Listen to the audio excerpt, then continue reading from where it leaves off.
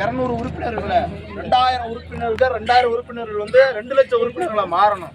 அதற்கு தமிழ் தேசிய forward black கட்சி உறுதுணையாக இருக்கும். மற்ற கட்சிகள் போல ஏதோ ஒன்றியத்தையோ இது அனுப்புகின்ற கட்சியோ கிடையாது. இது ஃபார்வர்ட் பிளாக், தமிழ் தேசிய ஃபார்வர்ட் பிளாக் அப்படிங்கிற கட்சி டைரக்டா களத்திலே நிற்கும். களத்திலே தலைவர்கள் எல்லாருமே களத்துல நிற்கக்கூடிய கட்சி, களத்துல நின்று போராடக்கூடிய கட்சி தான் இது. அதனால மற்ற கட்சிகள் போல ஏதோ வர்றேன் போறேன்னு சொல்லிட்டு இருக்கக்கூடிய கட்சி கிடையாது. அதனால நம்ம உறவுகள் இதை மேலும் வலுப்படுத்தி இந்த கட்சியை ஒரு மாபெரும் கட்சியாக கரூர் மாவட்டத்தில் கொண்டு வர்றது நமது கட்சியினுடைய பொறுப்பாளர்களை வேண்டுகோளாக வைக்கிறேன். அதே மாதிரி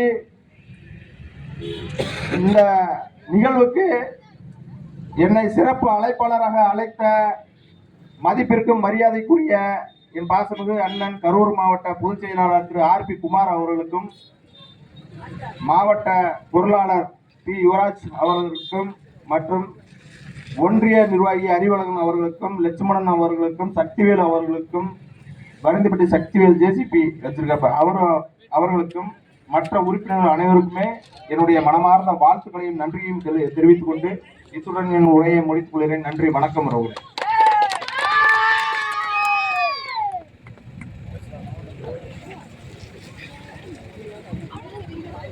அண்ணன் சொன்னது போல இது திராவிட கட்சிகளுக்கு ஆதரவாக செயல்படும் கட்சி அல்ல.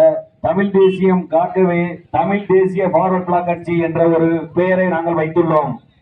அண்ணன் சொன்னது போல தமிழ் தேசிய ஃபார்வர்ட் பிளாக் கட்சியானது ஒரு ஒன்றியத்தையோ ஒரு நகரத்தையோ கட்சியை சார்ந்த நமது உறுப்பினர்களுக்கு பாதுகாப்பாக அனுப்பும் கட்சி அல்ல.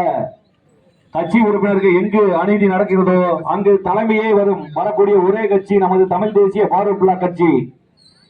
இங்கு இந்த நிகழ்ச்சி நடப்பதற்காக நமது மாவட்ட பொறுப்பாளர் சொல்லியிருந்தார், திராவிட கட்சியை சேர்ந்த சில நபர்கள் இதற்கு இடையூறாக இருப்பதாக கூறினார்கள். இவர்கள் ஏன் இடையூறாக இருப்பார்கள் என்று தங்களுக்கு தெரிய வேண்டும் என்பதற்காகவே நான் இப்போது உங்களிடம் கூறுகின்றேன். திராவிட கட்சிகள் எங்கெங்கு அநீதி செய்கின்றார்களோ, அதாவது மண்ணை சுரண்டுறது, பக்கத்துல காவேரி ஆத்துல மண்ணை அல்றது, இந்த சாக்கடையை தரம் இல்லாம செய்யறத தட்டி கேட்கிற ஒரே கட்சி, சட்டத்தின் மூலமாகவும் கோர்ட்டின் மூலமாகவும் தட்டி கேட்கக்கூடிய ஒரே கட்சி தமிழ் தேசிய ஃபார்வர்ட் பிளாக் கட்சி. இதுக்கு முன்னாடி நீங்க யூடியூப்லாம் கண்டிப்பா பாருங்க. அதாவது அனைத்தையும் கவர்மெண்ட் கூட செய்ய முடியாத நாங்க சட்டத்தின் மூலமா, ஹைகோர்ட் மூலமா எத்தனை சட்டத்தை நிறைவேற்றுகிறார் நீங்க கூகுள்ல வழக்கறிஞர் சங்கிலின்னு தட்டி பாருங்க, அதுல தெரியும். பசுமன் முத்துராமலிங்க தேவர் ஜெயந்திக்கு கிட்டத்தட்ட ஒரு 20 வருஷமா இந்த அரசு 144 போட்டுக்கே இருக்கு. அதை உடைச்சது தமிழ் தேசிய ஃபார்வர்ட் பிளாக் கட்சி தான். வரலாற்றிலே 144 உடைச்ச கட்சி எந்த கட்சியுமே கிடையாது, தமிழ் தேசிய ஃபார்வர்ட் பிளாக் கட்சி தான்.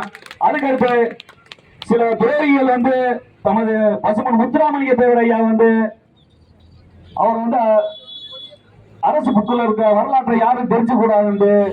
இன்னைக்கு இருக்க செக்ரட்டரியில சில புல்லுருவிகள், திராவிடத்தை சேர்ந்த புல்லுருவிகள் பசுமன் ஐயாவின் பெயரை கெடுக்க வேண்டும் என்ற எண்ணத்திற்காக, யாரும் ஐயாவை பற்றி யாரும் தெரிந்துவிடக் கூடாது என்பதற்காக ஐயாவின் பெயரை 6ஆம் வகுப்பில் இருந்து இந்த திராவிட புல்லுருவிகள் நீக்கினார்கள்.